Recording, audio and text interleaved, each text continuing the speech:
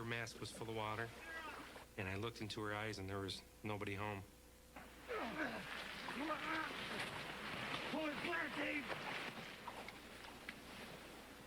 My hands were frozen, and I was fumbling with her helmet to try to get it off. Hold up, Doug! You gotta get her into her lungs now! I knew she wasn't breathing, and I was really scared because we don't know how long she was underneath the water. I tried to get a pulse, and I couldn't feel anything. But I knew we had to get some air into her lungs. Breathe. Breathe. Come on, breathe. She always got me mad, but I really loved my sister, and I wanted her to stay with me and my mom. Come on, breathe. The air just rushed right out, just like I was blowing up a balloon and letting it go. Come on, breathe! I gave her a few more big breaths, and then she started breathing very shallowly on her own. Yep, she's breathing. She's breathing? He's breathing. All right, I'm gonna go get help. Okay. And clean her airway. She gets sick. Hurry up, man. All right. I was happy she started to breathe, but I was also concerned that she wasn't taking in enough air. It was very labored breathing. Come over here and sit down with your sister. I was yelling and screaming, saying, please, God, why does this have to happen? I was thinking what life would be without her. Calm down. All of a sudden, she just started kicking and screaming. Courtney was saying things like, I always say I hate her, but I really love her, and, I want her to live, make her live, and I was like, I can't do anything other than what we're trying. I felt so bad for her, and because I had no idea, if we could save her or not. I took off my coat and I covered her up. I had nothing else to offer. Help's on the way, Dan. Great, Doug. I thought for sure there might be some brain damage because, she just kept screaming and her eyes weren't really working well either. And then I thought, oh boy, did I do the right thing? Did we do the right thing? And I said, yeah, we had to, because at least we gave her a chance to live, because life is real precious. The Lake Delta Volunteer Fire Units were the first to arrive, led by Deputy Chief Paul Taylor. When I opened up the door, I could hear her screaming from down in the woods. It was a very high-pitched, shrill screaming. It makes you work faster, run harder. Didn't have any idea what was wrong with her at that point. But I knew it couldn't have been too good if she was screaming like that. You're gonna be okay. Help's on the way. Okay? Lisa? It was difficult to do any secondary survey on her whatsoever, or to stabilize her neck, for that matter, because of the flailing around. It was a sign of a head injury. It was a bad sign. Okay, they're here to help you. They're here to help you, Lisa. Come on, grab her. Got her? You got her? Now get the board. Okay, ready? Board, 3. Okay, good. I got into the Stokes basket and straddled her head and shoulders with my legs and held down her head, shoulders, and neck, and then we towed her out with the snowmobile.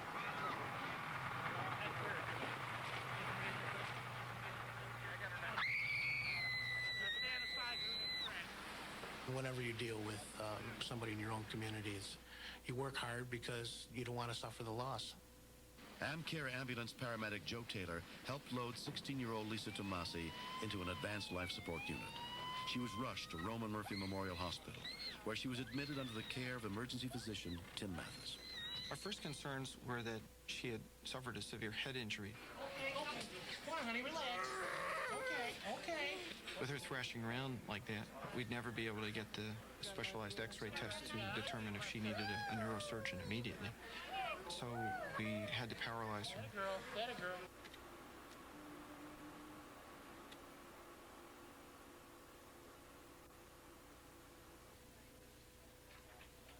Karen Tomasi joined her daughters at the hospital. I just felt helpless, and it was my fault. I shouldn't have let him gone out. I should have been with him. All that stuff was going through, as a parent, that I should have done this, should have done that. She shouldn't be here right now. It was like I was in a nightmare and that I was going to wake up and it was all going to be over with. But it wasn't.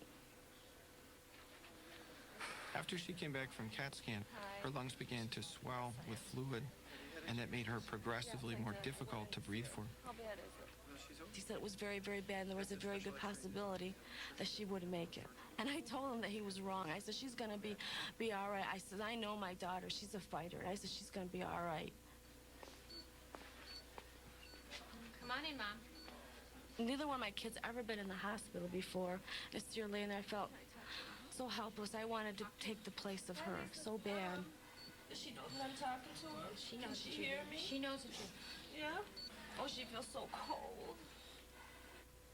Lisa was transferred to the Health Science Center at Syracuse. And by the next morning, when her mother came to see her, she had regained consciousness. Hi, honey. It's Mom. Hi. I love you. What? Even though she had this respirator, she was trying to talk to me. Lisa, do you want to try to write something to your mom and get you a piece of paper? We'll help you. She'll go get you a piece of paper and a pen. We'll help you. Here, honey. Now hang on to it for you.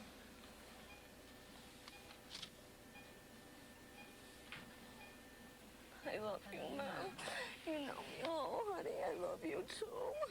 That made me feel really, really good. It did. I'm crying. I said, I thought that you weren't going to all be with me. And she said, I'm here. What am I, the ship? Yeah. I don't forget what I am. Okay, 8. 1, 2, 3, 4. Snowmobiling will always be one of my hobbies, but going over that bridge, definitely, that was a big mistake. I always hit pay. She's not any different than what she was before. Yes! Hey! There's a lot of things that I really have to be thankful for, the AmCare, the fire department, the doctors, but the 3 most important people in my book are my daughter, Courtney, Dave, and Doug Shimoleski. If it wasn't for them, my daughter would be dead right now. That's the bottom line. On behalf of the United County Sheriff's Department, I'd like David Chmielewski to come forward. Doug and Dave Shimoleski were honored by the city of Rome for what they did that day to save Lisa's life. I didn't really know what she looked like, you know, all made up and with dry hair and all. And when my brother pointed her out, I almost lost it. It was a pretty happy time because I guess we had a lot to do with her being here. My sister didn't want to leave my side in the hospital, and I thought that was sweet. She's my best friend. I haven't told her that she is. I'll always be there for her no matter what. When she was in the hospital, she said, I love you to me. And so now I know that she really does love me, like the same as I love her. Next, I heard the scuffle going on, and I really couldn't figure out what it was.